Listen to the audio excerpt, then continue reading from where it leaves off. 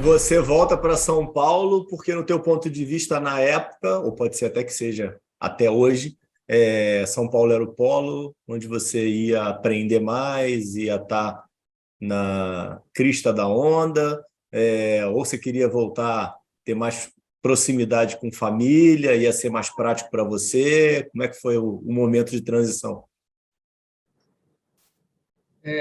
Não, eu queria ir para Campinas, lembra? Ah, de novo? Então, o meu sonho de residência também era ir para Campinas. E por algumas circunstâncias, e é claro que eu tinha outras coisas que eu gostaria de fazer também. Então, uma coisa que eu sempre cogitei era continuar em Londrina, né? E fazer em Londrina. Tinha residência em Londrina, com pessoas que, putz, eu já estava ali totalmente conectado. Morar em Londrina era uma perspectiva sensacional. Mas o que veio para mim mais forte foi o seguinte: não, completei um ciclo, 6 anos em Londrina. Agora eu quero ir para uma nova cidade, que seja Campinas, que seja São Paulo, vou testar em outros lugares. Uhum. E aí foi. Só que eu não fiz essa sequência direta. Quando eu terminei em Londrina, já estava tudo acertado, fui acertando ao longo do último ano, eu engatilhei com um estágio no exterior, na, no Royal Brompton Hospital, em Londres, no Hospital da Família Real, em Londres. Por intermédio de um dos meus mentores, que eu já comentei De aqui, o Londrina? professor de Londrina, e ele tinha feito a formação dele em Londres, e ele entrou em contato com vários professores de Londres e falou: tem um aluno aqui que eu gostaria que ele Legal. tivesse a oportunidade de conversar com vocês. Ele fez a ponte, e aí eu me conectei com o pessoal de Londres, eles aceitaram meu currículo e eu terminei a faculdade de medicina e fui estagiar lá. Fiquei alguns meses lá estagiando, tive a oportunidade de trabalhar até em mais de um hospital.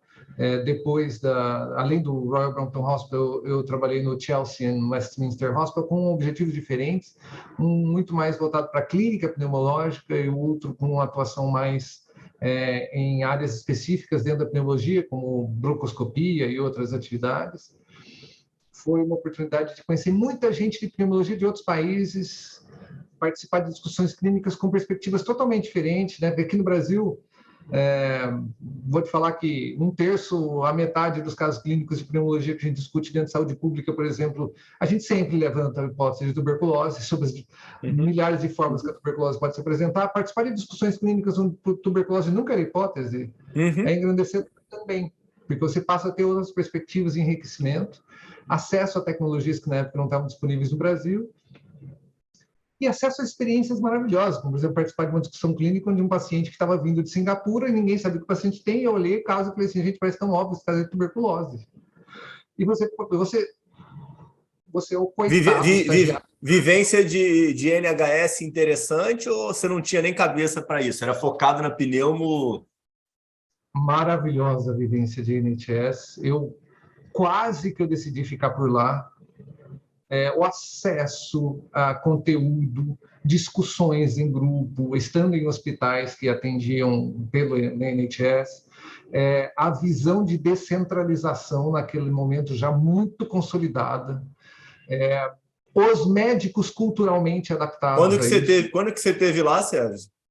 Estou Em olhando aqui tuas 96, datas aqui. Tá, 96 eu me fui para Londrina e fui para lá. ótimo.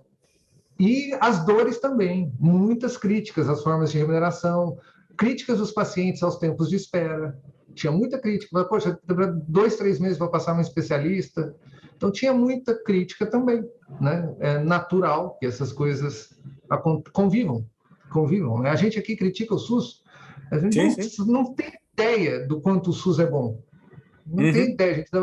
A gente dá muito menos valor do que a gente deveria dar para o SUS, com tudo que o SUS cria, sem lógica nenhuma, a argumentação de que o SUS não é bom aqui no Brasil. Só que é engraçado isso, né? Às vezes a gente precisa ter esses referenciais para julgar Só dá melhor, valor quando mas, perde, né, poxa?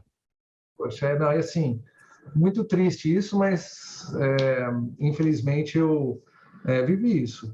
E meu grande aprendizado ali em Londres foi complementar, foi um aprendizado complementar ao que eu poderia vir a ser como pneumologista. Eu ainda não tinha feito residência, né? Foi entre a faculdade e a residência. E depois eu fui para a residência aqui. Eu voltei para prestar concursos, né, em residência aqui em São Ah, isso é Paulo. legal. E aí? E aí, faria de novo? Não valeu a pena? Valeu muito a pena. Faria muito. Agora, me exigiu uma disciplina adicional quando eu estava fazendo o estágio fora, né? Porque eu tive que estudar para as provas de residência estando em outro país. Parece É natural, mas verdade.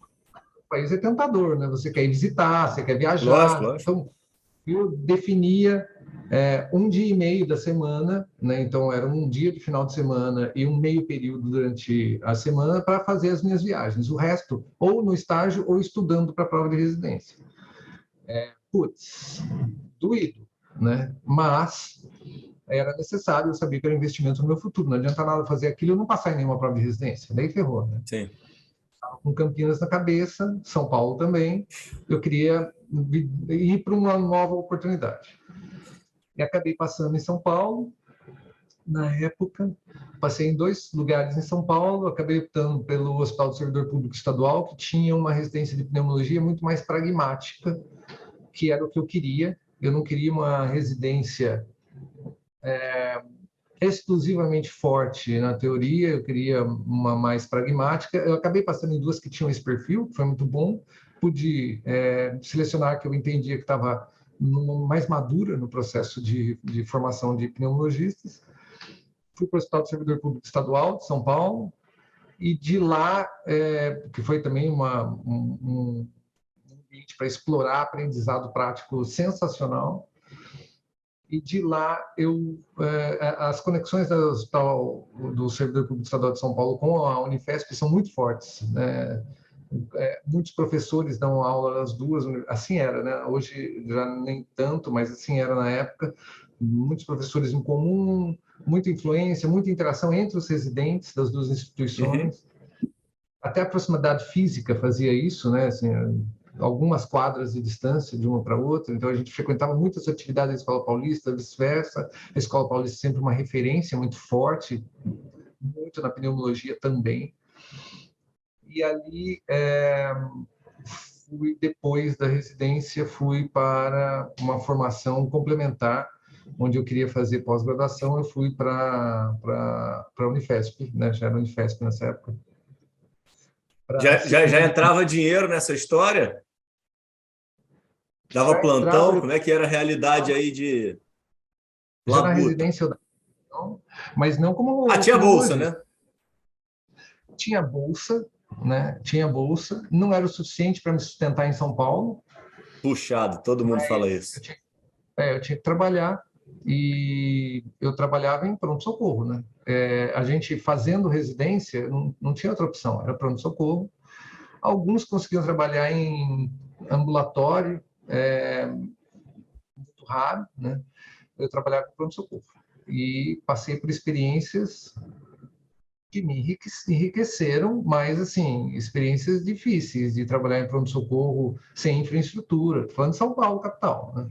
Uhum. Sem infraestrutura, sozinho, pronto-socorro. Eu me lembro me lembro de ter dado plantão muitas vezes numa unidade hospitalar, onde eu era o único médico clínico do hospital, fora o plantonista da UTI, e durante o período noturno. E, assim, perrengues enormes, né? De você estar Tá, atendendo peraí, não. pronto-socorro. Não, eu vou te interromper. Você, como médico, trabalhou em emergência, gestor de saúde, trabalhou como executivo. Por que ninguém coloca bons profissionais trabalhando nas emergências? Bom ponto, bom ponto. Eu acho que existe uma lógica aí que vem do fee for service, né? A indústria inteira foi arquitetada para gerar receita. E como é que Tá. ela gera receita? Se ela jogar o volume e remunerar por volume, você acaba gerando mais receita, atendendo mais pacientes em menos espaço de tempo. Perfeito. Então, é muito valorizado no pronto-socorro um indivíduo que atende rápido e gera volume, porque cada atendimento vai gerar uma receita nova para a entidade. Não é só no pronto-socorro isso, né? Isso funciona também Sim, no sim, sim. consultório, mas atende a mesma lógica. O perfil do profissional que está ali para discutir tema, entender o problema do paciente, atuar no longo prazo, construir pontes para uma continuidade do cuidado posterior, gerar valor no atendimento, não é um cara que consegue fazer isso em 10 minutos de atendimento. Convenhamos. É que eu estou tentando entender contigo aqui, pensando com a boca, além da lógica financeira, se existem outros argumentos do porquê que escolhem-se perfis de profissionais que são batedores de bumbo e que resolvem bem as situações. Não, e Ninguém vamos quer lá, né? A receita é baixa também, né, Sérgio? Então, é só que o ponto só que eu gosto de criar nesse debate é o valor para o paciente. E Perfeito, nós, perfeito. na maioria das vezes, estamos sujeitos a sermos os pacientes. É tão grande e a perda de valor, ao mesmo tempo, pode ser tão emblemática em relação a uma perda de vida, a uma sequela eterna, que assim, para mim acaba a conversa, sabe? Mas não muda, porra. Eu fico muito revoltado com esse modelo da emergência, e isso é mundial, né? Isso não é brasileiro, sabe? Sei lá. Eu nunca consegui Tem, encontrar uma solução e nunca vi um modelo. Você tem algum modelo de emergência mundial que você acha que funcione legal? tem um que eu julgo, aliás, vem tentando implantar nas organizações por onde eu passo, eu não consegui, de uma forma clara, fazer isso. Eu entendo que, como emergência de fato, 10% de todo mundo que chega nas unidades de pronto atendimento, pronto-socorro hoje, por dado publicado, né, isso que é conhecido, quando muito chega a 15% dos volumes de atendimento, o restante são situações de necessidade imediata de atendimento, mas não são urgências de fato, né? Uhum, Não são emergências de fato. Então, a gente está trabalhando com um público que poderia ser atendido num contexto ambulatorial ali dentro. uhum, Eu entendo que a melhor forma da gente tratar esse público, primeiro, é gerar um atendimento ambulatorial que seja cobrado como tal, no privado ou das operadoras, como uhum, queiram, uhum, seja cobrado como unidade ambulatorial, com atenção primária. Então, a atenção primária consegue atender 85% do que é necessário ali dentro, apoiada por uma estrutura de especialistas que ou presencial ou por telesaúde interfiram durante o atendimento quando necessário e acionado por esses profissionais que estão ali da atenção primária. E você já imediatamente conecta com todas as pontes necessárias para fazer essa continuidade do cuidado no cenário ambulatorial na sequência, sem perdas, com monitoramento e na sequência. Sair da lógica da remuneração por eventos e passar uhum. a remunerar por hora de trabalho, alguma coisa assim, que também funciona para pronto-socorro, nem seria inventar nenhuma moda no pronto-socorro, mas sair da lógica de cobrar das unidades, das fontes pagadoras por atendimento, porque hoje a gente paga o médico por hora, mas a gente cobra das operadoras por evento. Então, o Sim. fee for service está preservado, está sendo pago por volume. Sair dessa lógica e cobrar por hora de atendimento ou, de alguma forma, pelos indicadores que mostram o sucesso em dar continuidade e integrar o paciente numa linha de cuidado que gere resultados ao longo do tempo, que é uma lógica totalmente diferente. É de vínculo, valorizar a Uhum. percepção de qualidade, satisfação do cliente e outras coisas, indicadores clínicos, resultados objetivos. Quanto mais amplos, melhor. E você desconstruir um pouquinho essa necessidade de tratar todo mundo com uma infraestrutura caríssima, que é a infraestrutura de emergência. Deixar a emergência para o pós-triagem, quando realmente é caso de emergência. Ou, muitas vezes nem precisa de triagem para saber que é um caso de emergência. Mas você ter os fluxos que hoje existem melhor organizados ali dentro, mas já oportunizar a existência de profissionais ali para fazer a inserção na atenção primária dentro das unidades de pronto atendimento. Quais seriam os ganhos de um modelo assim? Você, primeiro, Você para de criar com base no que a gente sabe oferecer e passa a criar com base nas demandas dos pacientes. O que o paciente quer é disponibilidade onde ele deseja. Então, vamos acabar com essa história de que aqui não é uma estrutura para você vir aqui. O paciente vai onde ele quiser. Se ele tem um problema levezinho e ele quer ir no pronto-socorro, problema nosso de resolver, porque a gente tem que construir as nossas soluções com base na demanda do paciente. Então, essa conversa histórica que a gente fica repetindo o tempo inteiro, de que só pode ir para a emergência quem tem caso grave, isso é construir com base no que a gente quer oferecer, não é o que o paciente demanda de nós. Então, por si só, lima essa conversa, esquece essa conversa, gente, porque não funcionou, tá? Está fazendo centenas de anos que a gente pensa assim e não funcionou. Continua indo gente com gripe nas emergências, por diversos motivos. Falha de acesso, acesso é caro, não tem possibilidade, não tem informação para entender o que precisa, o que não precisa. Então, acolhe todo mundo. Acolhe, simplesmente acolhe. E ali avalia. Oferece conexão com a atenção primária para todos, esse é o segundo grande benefício. Você começa a estruturar e hierarquizar a oferta de cuidado com base no que se necessita. Tudo que é baixa e média complexidade já acopla a atenção primária. Dá continuidade ambulatorial, muda o modelo de remuneração para seja um modelo de remuneração que seja muito mais barato para a operadora, ao mesmo tempo que é mais eficiente na geração de resultado e que pode gerar, inclusive, mais benefícios para o próprio serviço, porque você já está girando... A tarifação do SNS português você acha válida? Tem alguns exemplos mundiais que são válidos de tentativa. O que eu diria para você é que a gente já tem modelagem nacional suficiente para replicar a modelagem que hoje existe no SUS dentro da saúde privada. Eu estou nessa conversa há algum tempo. Cabelo branco aqui não é... Aqui é... Putz, eu lembro quando a gente foi falar sobre criar a especialidade de médico de família, e nem precisa ser médico de família, tá, gente? Porque é a que a gente tem como referência. Mas, quando eu fui falar sobre criar a especialidade de médico de família dentro da operadora de saúde, o pessoal só faltou acionar o gatilho. Imagina que o paciente vai querer isso, o paciente não quer clínico geral, o paciente quer especialista, não sei o quê. Pois bem, eu lembro quando eu saí da operadora, já era uma das especialidades mais requisitadas pelos pacientes.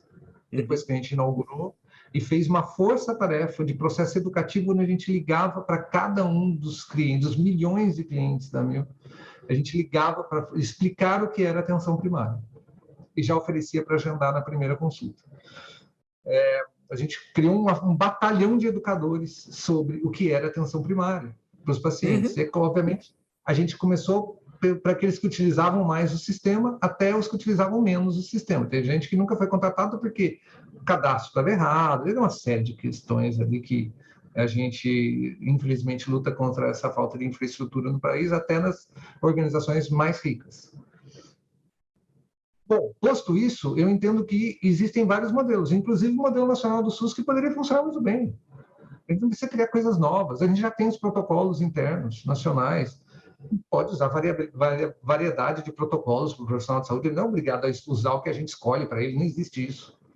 Mas a gente tem que ter alguns parâmetros, atuar com isso e premiar pelo bom resultado, e não premiar pelo volume de serviços. Eu posso usar o DRG para classificar o nível de gravidade ou o diagnóstico, as classes de diagnósticos, os grupos de diagnósticos. Tem várias formas que a gente pode fazer, inclusive formas já usadas no mercado brasileiro. Não tem que ter uma ou outra, tem que ter todas. E todas se conversando. É muito possível a gente fazer isso. Eu já tive essa conversa com várias empresas e todo mundo enxerga com bons olhos. A transição é difícil, exige coragem e primeiros passos. Mas isso já foi implantado em alguns outros países e existe a possibilidade disso acontecer no nosso país. Basta a gente desejar construir isso e debruçar em construir um modelo que não gere prejuízo para os hospitais, não gere prejuízo para as operadoras e muito menos para o paciente, porque o atual, o grande prejudicado, tem dois grandes prejudicados aqui no modelo atual. O médico, que tem que atender mais por hora, que é uma loucura, uma insanidade, aí faz com que a seleção de médicos seja para um perfil que atenda mais rápido, que pode ser muito bom. Às vezes você tem profissionais excelentes que atendem rápido. Eu conheci alguns durante minha vida Sim, de sim, sim. pronto-socorro. Mas, obviamente, é mais difícil você conseguir construir vínculos, engajamento, cuidado ao longo do prazo, visão consolidada, não fragmentada. Tudo isso fica dificultado. E também a percepção de que o paciente está saindo outro grande prejudicado. Não é só o médico. Uhum. O médico e o paciente são os dois grandes prejudicados dessa lógica fee-for-service ou da lógica sem hierarquização do cuidado, da construção de sistemas de saúde sem atenção primária e sem coordenação do cuidado. É o preço caro que a gente paga. É por isso que a saúde é insustentável e ninguém sabe por quê. Porque tudo vem disso. Esse mecanismo do fee-for-service consome tanto que alimenta, inclusive, os pilares geradores do custo indevido, do custo desnecessário da saúde, que são a fraude, o erro, o abuso e o desperdício. Esses 4 estão presentes na lógica de todo o sistema, gerando custos indevidos, desnecessários, que não geram valor nem para o profissional médico, nem para as instituições, nem para os pacientes, nem para as instituições pagadoras, né, as fontes pagadoras, para ninguém, para ninguém. Então, a gente tem hoje um desafio, mas, de novo, o ponto é para quem você está construindo. É para o paciente, para o médico? Eu diria que não. Eu diria que não. E, cara, estou nessa luta há muito tempo, tentando ajudar as organizações. Ô, Sérgio, eu de verdade, eu entendo o teu posicionamento, mas eu acho que a gente ainda tem que ser mais radical ainda e, tipo, tem que fazer só para o paciente, cara. De verdade. Eu entendo Não, a tua isso colocação para o médico, eu acredito que você deve ter apanhado imensamente, e aí o teu discurso vai ficando, acredito eu, mais polido, e eu entendo. Aí deixa que eu apanho. O foco da medicina e o foco da saúde só existe um, né? Não, espera aí, deixa eu... talvez eu não tenha me feito claro o suficiente para dizer que eu concordo com você. O foco da construção é sempre o paciente, e só existe entrega de valor quando a gente coloca o paciente no centro do desenho e da execução. Do desenho e da execução, não é só da execução, é do desenho e da execução. Perfeito. É ponto. Porém, existe um outro ente relevante nesse contexto que está sendo tão prejudicado quanto o paciente no modelo como foi construído. Os sistemas de saúde foram construídos, que é o médico. Não existem outros entes tão prejudicados quanto esses dois. Então, eu incluo o médico nessa discussão, porque eu entendo que como sendo um canal de conversa com médicos, a gente tem que ter essa lucidez. Porém, na hora de criar e executar, tanto nós, médicos, como nós, hospitais, como nós, pacientes, como nós, fontes pagadoras, como nós, governos, o foco tem que estar no paciente. Inclusive, o foco do próprio paciente tem que estar na visão do paciente. Ele tem que se fazer mais ouvido, ele tem que participar das decisões, ele não pode aceitar a não decisão. Então, o foco de todos tem que estar no paciente, e não está. Mas Sim. Quem vai fazer, quem é mais impactado por isso, eu estou trazendo quem eu acredito que são os dois grandes impactados, os maiores impactados. Faz sentido. De alguma forma, quando eu estava em operadora de saúde, eu ouvia muito o discurso, mas as operadoras também são muito impactadas, né? Elas não lucram como as unidades prestadoras de serviço. Quando a gente está numa empresa prestadora de serviços, existe uma discussão, poxa, mas as operadoras são responsáveis por 92% dos recursos dos prestadores. Os prestadores hoje são muito vulneráveis, as escolhas estão descredenciadas independente da escolha dos pacientes. Todas essas conversas são legítimas. Ninguém está errado, mas são visões que não nascem da perspectiva do paciente. Não nascem. São visões do próprio umbigo. É como as empresas sabem oferecer hoje, como públicas e privadas, de novo. Sempre, lembrando, não muda muito. Todas constroem olhando para a sua sustentabilidade. E pouco integrando coletivamente.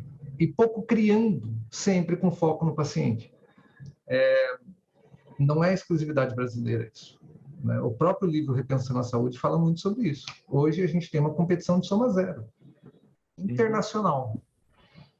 Todo mundo criou mecanismos que não adicionam valor aos processos. as jornadas dos pacientes em busca de saúde. Não adicionam valor. São mecanismos hoje que adicionam entrega de resultado financeiro exclusivamente, ou exclusivamente a visão de um par ou de outro, e vai. São conversas incompletas, não são sistêmicas. E lembrar que a gente precisa inovar pensando sistemicamente. Meu grande desespero com essa sua conversa, com essa nossa conversa que estamos tendo, é que eu sabia que eu ia ficar aqui horas e horas tentando lhe indagar aí de inúmeros assuntos. Essa era a minha maior tarefa, rapaz. Essa era a minha maior dificuldade que eu já sabia que eu ia ter, cara. É muita história para contar, rapaz. Poxa vida. Fazer aqui 3 episódios com você, poxa. Olha, A lenda, pô. Ricardo, é um prazer enorme a gente conversar sobre essas coisas. Eu acho que essas conversas são muito importantes para a gente aprender coletivamente e entender das nossas dificuldades. Cara, assim, só quem vive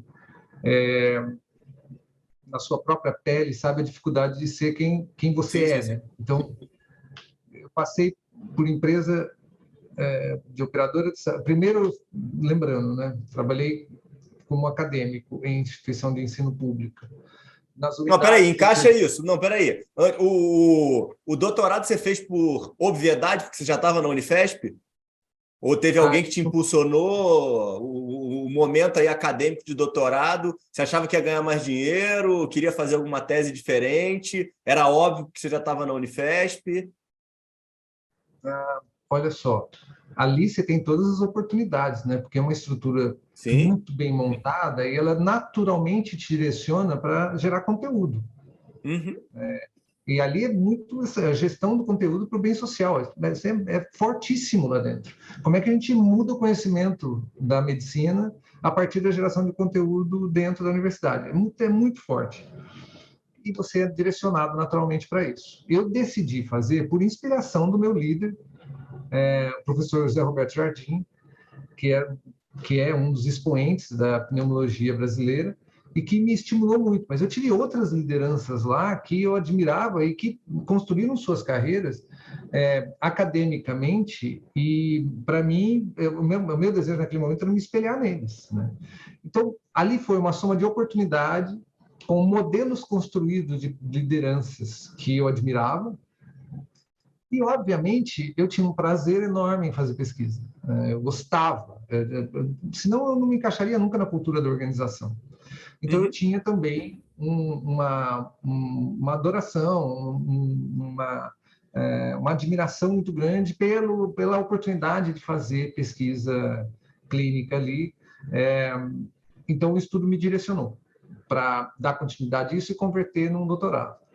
Eu defendi tese, fui aprovado na tese, nem fiz a oficialização do meu doutorado, não fiz registro do meu título, nada disso. Eu defendi minha tese e fui embora porque eu sabia que aquilo, de alguma forma, era muito importante para mim, mas eu não acreditava que isso ia interferir na minha carreira, porque eu sabia que eu já não ia mais seguir a carreira acadêmica.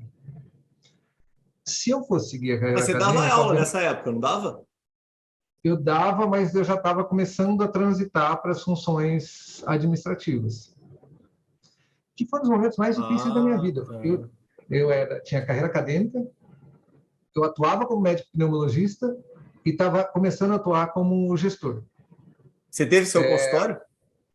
Sim, sim. Durante alguns anos, junto com um grande amigo, o Milton Sugino, a gente teve consultório na área de pneumologia muitos anos. Cara, foi o cara que me abriu portas para ter consultório e trabalhar nisso. Eu trabalhei em outros consultórios também, de Eu achei que clínicas. você não tivesse aberto consultório, não. Não fiz consultório de segunda a sábado, o dia inteiro, sábado, aquele desespero, consultório de todo mundo pedindo encaixe, e amava fazer consultório, amava, sempre fui clinicão, né? Clínico mesmo, sempre adorei. Eu nunca fui um cara da ventilação mecânica, eu sempre fui um cara Tanto é que uma das coisas que eu aprendi dentro do Lar Escola São Francisco, onde ficava o setor de reabilitação pulmonar, liderado pelo professor Jardim, lá da Unifesp, uma das coisas que eu desenvolvi lá, e a minha tese de pós-graduação foi relacionada a isso, foi tabagismo. Uhum. E eu trabalhei muito com tabagismo. E em consultório eu atendia pneumologia geral, né? Não só o tabagismo. Mas mesmo o tabagismo eu conseguia atuar atendendo dentro do consultório. O tabagismo me abriu muitas portas, mas esse momento onde eu fazia as 3 coisas ao mesmo tempo foi muito difícil. Eu chegou num ponto que eu falei, eu tenho que escolher. Não dá para administrar as 3 coisas, eu não vou conseguir. E eu estava enxergando que, naquele momento, eu precisava desenvolver a questão da gestão. Eu não tinha desenvolvimento na área de gestão. Eu estava atuando, mas eu estava começando a atuar nisso dentro de pequenas unidades, na operadora de saúde, mas em pequenas unidades de E por que assistência. você acha que você escolheu que você tinha menos capacitação? Eu queria aprender.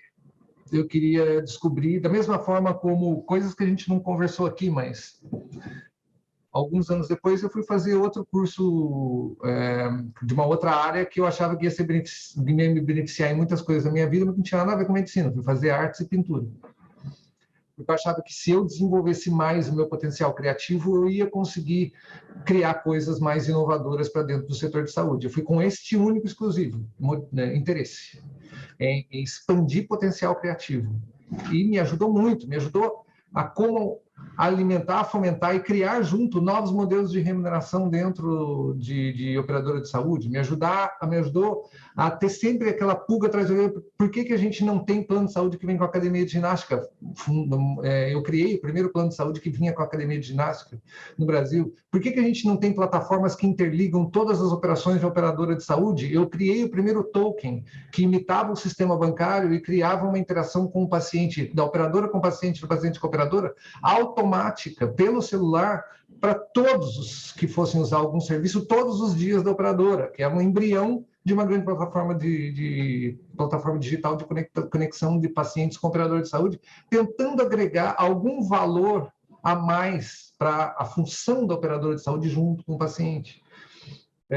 Tudo isso faz parte de exercícios criativos, de coisas que não existem, que você vai implantando e criando, e trazendo para dentro das organizações. E aí vai, poxa, mas tem tanta coisa, os cases que foram apresentados em Harvard, de coisas que a gente fez aqui, quando a gente, por exemplo, mudou a remuneração de todos os médicos dentro da operadora, né? Não tinha diferença de remuneração entre as especialidades. O pediatra, o clínico geral, ganhava a mesma coisa que o cirurgião plástico.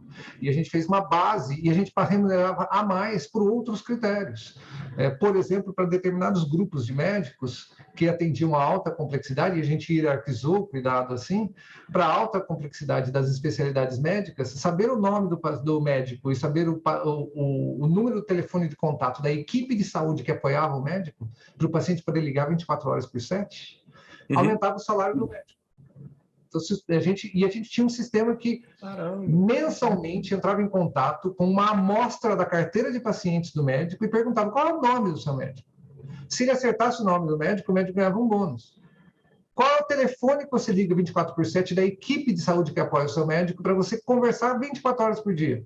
Se ele acertasse o telefone, o médico ganhava bônus. Por quê? O médico responsável é a pessoa de confiança que consegue fazer com que a pessoa ligue para ele ou para a enfermeira que apoia ele da equipe de saúde antes de ir num pronto-socorro, por exemplo. Ou antes de tomar um remédio em casa, comprado na farmácia, sem nenhuma orientação de alguém. Ou antes de interromper um tratamento crônico. Então, o único capaz de fazer isso nessa ligação para benefício do paciente, por desenho, era o médico, é o bom vínculo com o médico. Então, premiar o médico por gerar bons vínculos nada mais do que obrigação de qualquer sistema de saúde. E não só o médico, mas a equipe de saúde que apoia o médico. Então, não só ele, toda a equipe ganhava quando era sabido, os vínculos eram respeitados. E aí vai, a gente tinha indicadores de desfecho. Ô, Sérgio, eu, no final de semana, estava conversando com uma amiga que tá indo num médico super renomado aqui no Rio, R$ 2.000 a consulta, e está tomando uma medicação aí que está na moda, injetável, e ela simplesmente marcou uma telemedicina pelo plano de saúde dela para o médico ensinar como ela tomava a injeção. Não tem que falar mais nada, né? Aí você vê que está tudo desconfigurado, né? E... E aí tem um monte de coisa que a gente pode conversar sobre isso até, né? Assim, a telemedicina ela tá cumprindo, infelizmente, a maldição que foi jogada sobre ela, de Sim, que ela sim, sim, seria sim, sim, sim, sim. comoditizada. Ela seria Uhum. comoditizada. A gente não pode deixar isso acontecer. É um bem conquistado e que pode apoiar as construções presenciais fortemente, quando as construções presenciais não forem possíveis. Mas como apoio Mas infelizmente não estrutural. está acontecendo, né, Sérgio? Não, ela virou um calcante. Ela virou um substitutivo empobrecido. Sim, sim, sim, sim, sim. Mas todos estão interessados em fazer isso. Não é que ninguém esteja enxergando isso. Todos estão interessados, porque quem entrega a telemedicina sabe que virou commodity e que logo, logo os preços de pagamento vão começar a cair, já estão caindo. Sim. Então, é fundamental que nós organizemos o sistema para criar valor na telemedicina, para que ela seja de fato desejada, não apenas por quem quer acesso, mas para garantir o acesso de qualidade, com segurança, complementar, que faça com que o sistema todo seja menos fragmentado. A forma como você descreveu aí só acelera e aumenta a lacuna entre a medicina que a gente tem e a medicina que a gente deseja, né? O previsível Sim. versus o desejável. Mas nada que a gente não saiba fazer, tá? Infelizmente, é assim. Não é nada que a gente não saiba fazer. A gente sabe fazer melhor, a gente sabe construir coisas conectadas, a gente sabe fazer, mas tudo passa pela entrega de valor para o paciente, contando com os players e construindo soluções diferentes. A E aí, consequência... para a gente chegar na entrega de valor, duas perguntas para chegar nela, tá? Especificamente. A gente tentar ir caminhando aí, preciso te liberar, tá? Como é que é a tua entrada aí na Mil, na operadora? Como é que foi natural? Você começa cada vez mais a atender um plano? Você foi bem, como você falou, poxa, o Sérgio é um profissional diferenciado, quero ele na equipe. Mas como é que foi essa construção aí do teu momento de carreira? Você estava totalmente assistencialista, trabalhando para caramba, tinha questão acadêmica. Fala aí um pouquinho desse momento. Eu estava num momento onde eu tinha, não lembro exatamente, mas eu tinha mais de 5 vínculos de emprego. Eu trabalhava em pronto-socorro, passava visita em Rodava São hospital, Paulo? rodava São Paulo. Tinha São Paulo e região metropolitana, né? Porque tinha consultório, é, eram vários hospitais onde eu passava visita, não era um só. Tinha um Casado monte ou de coisa. solteiro? Dava aula. Nessa época, eu já estava namorando, estava no vínculo atual. Nós estamos falando de 20 Tá. anos atrás. Eu estou completando 19 anos do vínculo atual, casado com meu marido, 19 anos, então quase 19. Então é esse tempo que a gente está falando. Uhum. E Qualidade de vida, então, lá embaixo, né? muito ruim, muito Tá. ruim. E aí começa a surgir. Eu estava num dos meus vínculos. Eu trabalhava como médico pneumologista dentro de uma unidade ambulatorial da operadora de saúde, da AMIL. Tá. Unidades que no Rio o pessoal conhece muito bem, são as unidades de Total Care. Uhum. Em São Paulo também. Bom, essas unidades, eu aprendi muita coisa lá dentro e tive a oportunidade de começar a trabalhar nos modelos de acreditação ambulatorial, como eu comentei. E aí, nessas unidades, a gente, depois de um tempo, eu comecei a ter oportunidades de ir para a área de gestão, para trabalhar como gestor. Projetos avulsos, e depois começou a aparecer coisas, até que em um determinado momento, eu me lembro de uma conversa com o meu líder ali, o Walter Furlan. O Furlan virou para mim e falou assim: Sérgio, a gente gostaria de te oferecer para você se tornar aqui a sua casa. E você não trabalhar avulso com a gente mais e começar a trabalhar por bastante tempo. Eu comecei, mas mantendo os demais, e depois de 2 anos aproximadamente, quase 3, eu já estava em contato já com algumas outras lideranças até mais altas dentro da organização e que falaram: a gente queria que você trabalhasse full time com a gente, né? Assim, tempo total com a gente, outro nível de responsabilidade, outras posições, mas para isso você tem que fazer escolhas e tem que fazer movimentos. Nisso eu já tinha me desligado da função de, embora eu fosse professor, médico concursado, né? Eu tinha a função de professor, mas era médico concursado da Escola Paulista de Medicina. Eu pedi meu desligamento. Na sequência, eu fui saindo de consultório, de visitas, plantões e, por último, de consultório. E aí me dediquei exclusivamente à área de gestão e daí montei um calendário de formação que eu queria para mim, para que eu pudesse ser um bom gestor. Aí, nesse momento que eu fui fazer o MBA na área de gestão, de administração, e daí na sequência vieram os cursos em Harvard, que você comentou, de Healthcare Delivery Design, né, de desenho desenho de estratégias assistenciais, né, em Harvard. E depois... Autodidata nessa escolha ou mentorado? Mentorado. Ali a gente tinha um programa dentro da operadora que chamava PAP, que era Programa Amigo de Alta Performance. E ali a gente tinha uma mentoria de pessoas de dentro e fora da organização, onde a gente debatia temas e construía formação de conteúdo que pudesse apoiar a liderança do futuro, né? E eu me lembro de ter conversas com gente que hoje a gente vê que são nomes muito respeitados, tanto no cenário nacional como internacional. Cara, eu conversei com Rancharan, Clayton Christensen, Michael Porter, coisas assim, nacionais, Clemente Nóbrega, muita gente com quem eu tive oportunidade durante esses programas, a vida inteira dentro da Mil, de conectar com essas pessoas. A última grande Clemente estava experiência na Mil essa época, né? Estava na Mil essa época. Mas mesmo depois tive a oportunidade... Bom, continuo aprendendo com tudo que ele escreve.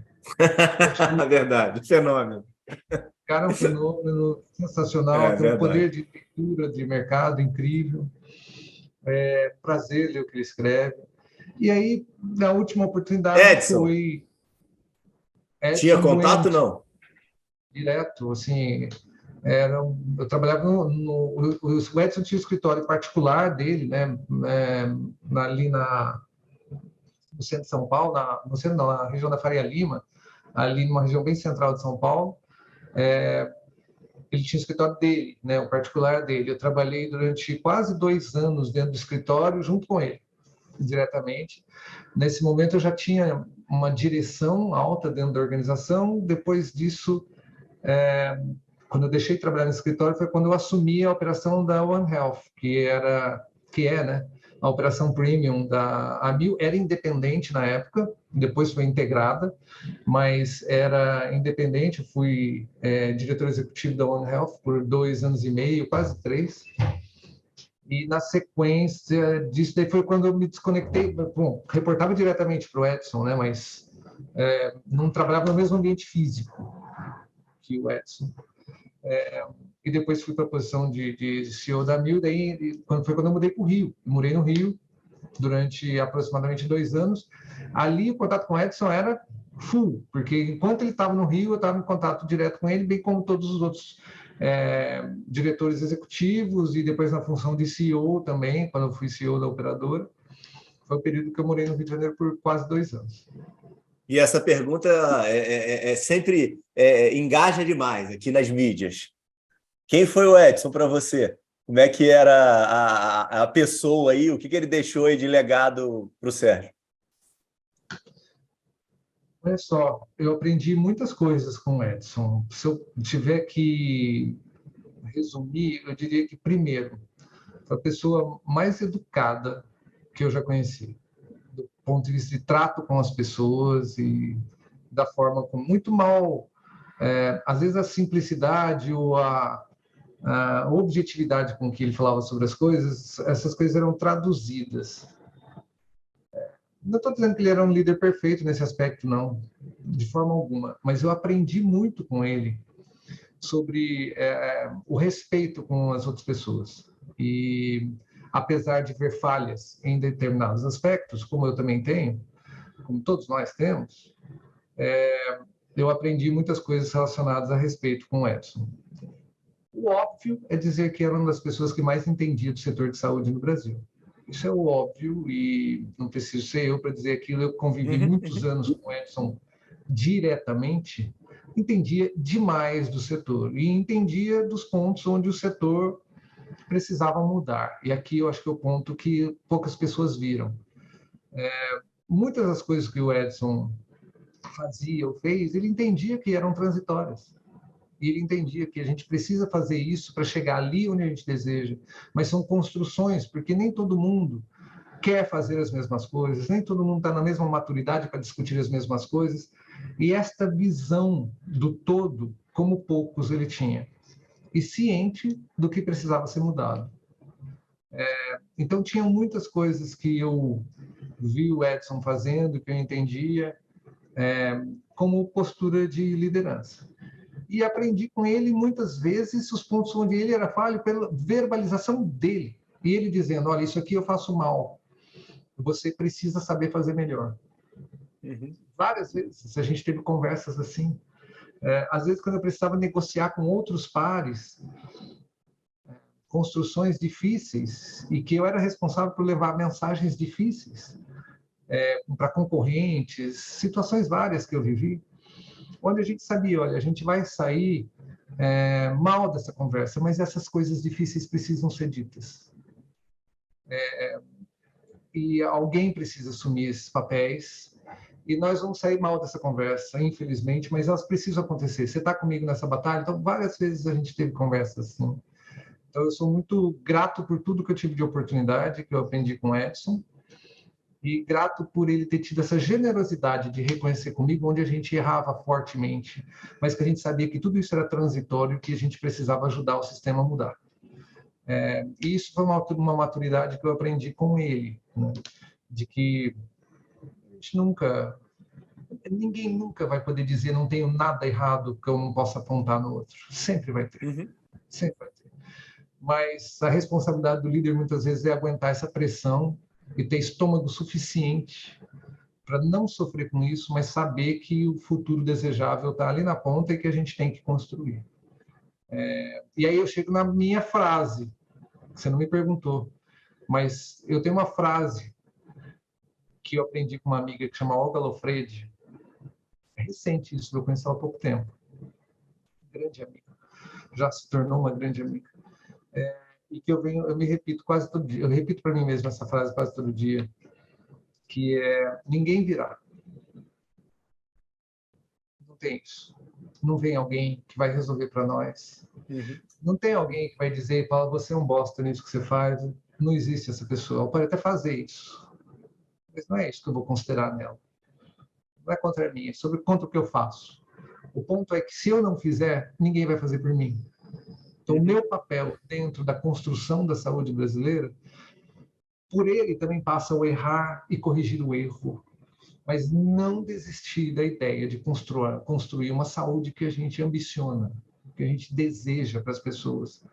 E eu vou errar várias vezes, eu sei disso, mas eu vou ter essa capacidade de me reerguer a cada tombo, a cada dia, mas eu vou ser a diferença que esse país precisa para construir uma saúde melhor, da forma como eu puder fazer.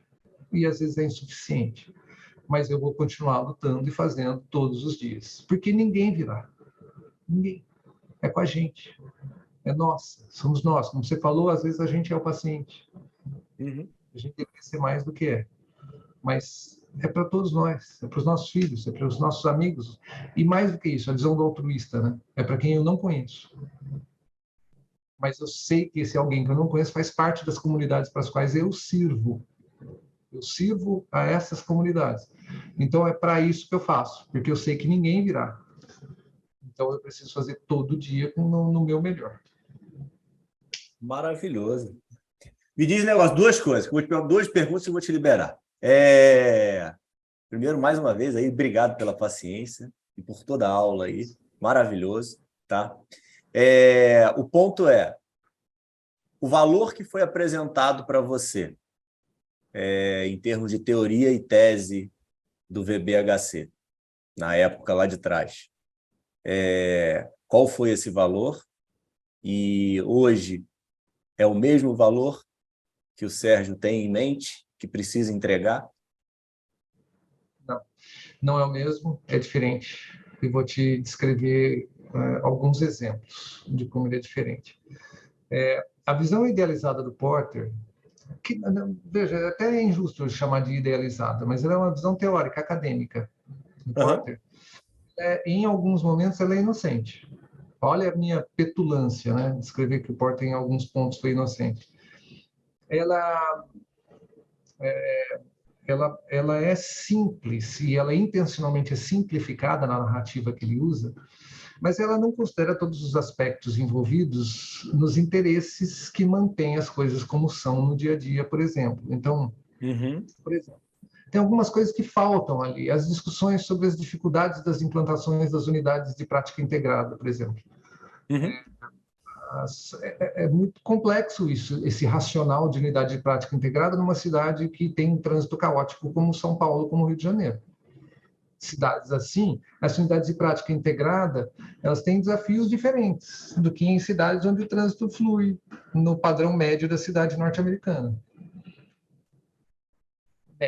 Porque nas cidades grandes de lá o problema também não se resolve fácil. Só para ser bem simplista, num ponto bem basicão da discussão, vou para um ponto agora bem mais complexo na discussão, onde eu vejo que não cabe e não está bem estruturada a ideia. Na hora que você formata modelos alternativos de remuneração, e a conversa nunca começa no modelo de remuneração, isso é importante a gente citar, o Clemente até escreveu sobre isso recentemente, um texto bastante interessante, a conversa sempre começa pela competição por resultados. Esse é o início da conversa. A transparência que gera essa competição de resultados. E eu concordo perfeitamente. O ponto é que quando você desenha modelos de remuneração, tem algo que tem que ser feito em paralelo. Não adianta você falar, tem que sair, eu crio toda a competição, mas eu não mudo o modelo de remuneração. Eu não crio incentivos que direcionam as pessoas para o benefício sustentável de trabalhar diferente. Então, eu preciso criar esse modelo de remuneração. Quando você cria os modelos de remuneração, existem inúmeras barreiras já estabelecidas que dificultam isso. Por exemplo, quando eu criei um modelo de remuneração que deveria ter sido desenvolvido, porque era um modelo inicial cheio de precariedades, cheio de dificuldades, mas que não foi desenvolvido, por isso que ele acabou morrendo dentro da operadora de saúde, que era um modelo de pagamento por orçamento global ajustável. O que é isso? Você paga por um orçamento com base em diagnósticos macro e com resultados monitorados para pagamento adicional de acordo com a performance de determinados resultados e com análise de pertinência. Você está começando a trazer vários conceitos do valor para dentro da remuneração, né? Então, você remunera de acordo com complexidade, joia, tudo bem. Você remunera de acordo com entrega de resultados clínicos mais amplos possíveis. Você começa a entender o que é falado em inglês no livro como Total Cycle of Care, né? O ciclo total do cuidado. Você começa a trazer outras visões, mas tem um monte de lógicas no sistema brasileiro e diversos outros países que impedem isso. A dificuldade de conexão dos sistemas, né? Para você ter informações integradas, para você monitorar ao longo do tempo. Ele cita isso no livro, mas ele não entra muito nesses aspectos, até porque não era muito da área dele, o entendimento da lógica hospitalar por dentro, por exemplo. A questão dos fornecedores, isso é algo que ele destrincha um pouco melhor, mas como você desconstrói a lógica de pagamento dos fornecedores de serviços e produtos, de materiais, insumos também, tem várias coisas construídas hoje que fazem com que essas engrenagens não consigam funcionar quando você troca uma por outra automaticamente. A ponto de que implantar o VBHC muitas vezes significa piorar o resultado financeiro de uma unidade prestadora de serviço, quase todas as vezes, até você atingir um estágio diferente, onde você consegue rentabilizar os modelos adequados e geradores de valor para todos. E você chega num ponto de igual ou melhor rentabilidade, inclusive potencialmente, sim, fazendo algo que é gerador de valor para o paciente, né? E para o médico, e para o fornecedor, e para a fonte pagadora, para todo mundo. É muito complexo isso. E ele aborda pouco isso no livro. Ele entra pouco nesse assunto, sobre essa dificuldade, e tem ciência para isso, pouco destrinchada, mas é possível você fazer várias coisas relacionadas à entrega de pertinência, de valor, de resultado e de eficiência, combinadas de uma maneira que a unidade prestadora de serviço não necessariamente precisa cair na barriga da perda de desempenho financeiro, para que um dia consiga ter a mesma performance financeira que teve no passado. Não é necessário. Se você souber combinar essas coisas em etapas e momentos diferentes, você consegue eliminar essa barriga. Essa é a chamada curva S de Dave, que está presente em qualquer ação inovadora. É muito comum, as startups trabalham em cima dessa modelagem financeira, que no início você consome mais recursos do que você gera de margem, para depois você ter o benefício. É muito natural, que muita gente chama até de curva J, mas que na verdade não é um J, é um S, porque depois você tem perda de rentabilidade no universo mais distante. E assim vai. São exemplos de assuntos pouco destrinchados no livro sobre o valor, que muitas vezes geram barreiras à implantação e que só a vida está ensinando a gente o quanto isso é difícil de ser superado. O livro não ensinou. Então, a visão de valor que o Porter trouxe tem algumas coisas que precisam ser aprimoradas. O segundo exemplo macro que eu gostaria de dar é que ele não aprofundou na questão da experiência. Obviamente, a experiência está ganhando muito mais peso recentemente. E é por isso que as últimas publicações sobre o tema sempre incluem a experiência como um quarto pilar. Né? Então, você tem a pertinência, né? O que é adequado para ser feito tem que estar presente. O segundo ponto é a geração de resultados, cada vez resultados mais amplos, não é indicador de processo, mas indicador de desfecho mesmo, resultados nos ciclos mais amplos possíveis. A questão da experiência, que é a capacidade de gerar impacto em experiências únicas, fazendo com que as pessoas construam engajamento, vínculo e engajamento, porque esse é o grande ouro, não é o dado em si, mas a capacidade de gerar vínculo e engajamento. E, por último, a eficiência, né, que é o quanto de energia que você vai gastar, energia, dinheiro, esperança que você vai gastar para uma entrega de resultados, se essas coisas são compatíveis, se a entrega está compatível com o que é esperado a partir do momento de consumo, do nível de consumo do que você está avaliando. Então, eu vejo que tem várias coisas incompletas, mas continua sendo, até os dias de hoje, uma das leituras obrigatórias para o setor de saúde, para quem quer entender de uma forma mais ampla o que é o setor como um todo. Então, eu acho que a minha visão do que é valor está mudando ao longo do tempo. Que joia, é de todos nós, e a gente está enxergando quais eram as dificuldades do modelo inicial e onde está. Mas tem coisas ali no livro que são verdades mais hoje do que foram no passado. A questão da competição de soma zero, para mim, é esclarecedora, né? Eu boto mais preço porque eu sei que vou ser glosado, eu gloso mais porque eu sei que estão me fraudando. É uma loucura isso, uma loucura. A competição por soma zero é uma expressão de uma sociedade onde não se cria para o paciente, se cria para o benefício próprio, estimulando o comportamento igual dos demais. Isso gera para valor é zero. E me diz um negócio, o último que eu prometi. Agora que você encontrou aí seu equilíbrio de vida agora, que você está morando aí agora no interior, está mais agora tranquilo, espero eu que você esteja trabalhando menos, ganhando mais, então aí realizado aí, como é que é o planejamento estratégico aí para os próximos 5 anos aí, dentro aí dessa sua suposta tranquilidade? Eu tenho certeza que só eu que estou falando isso, mas não deve ter nenhuma. Então, como é que doutor Sérgio aí se planeja aí para os próximos 5 anos aí? Olha só, nenhuma tranquilidade, ganhando menos, trabalhando mais, né? É a vida como ela é. Mas não é nem sobre isso, né? A questão de como você vai planejar, né? E o que você vai planejar, o que você quer construir para a vida. Eu hoje tenho focado muito em ações mais em conselhos e como consultor. O meu grande objetivo hoje é ter impactos mais sistêmicos, mas apoiando determinadas organizações, obviamente, que diretamente me contratam. Eu continuo trabalhando, quero trabalhar por muito tempo, mas eu também tenho outras perspectivas atuais, né? Então, não mais em função executiva direta, né? Foram algumas décadas trabalhando como executivo diretamente, então eu acho que um ciclo completou-se, né? E agora eu me permiti partir para um outro ciclo. E tenho meu projeto pessoal, eu tenho os meus investimentos em startups, eu fui fundador de várias startups, alguns que existem até hoje, outros que morreram no meio do caminho. Eu tenho um projeto da família, de empreendedorismo da própria família, da minha família. Então, essas ações todas no paralelo consomem bastante tempo também, né? Então, as empresas que eu fui investidor anjo e que eu continuo apoiando, uma nova está entrando agora, que eu estou investindo. Então, essas coisas não param e a gente continua dedicando tempo para elas da mesma forma como dedicava no passado. Eu nunca saí do foco empreendedor em nenhum momento. Mas agora estão consumindo mais tempo. Estão consumindo principalmente o negócio da família. Acho que eu comentei contigo, né? Acho que eu comentei. Eu tenho uma criação de cabras, produzimos leite e queijo de cabra.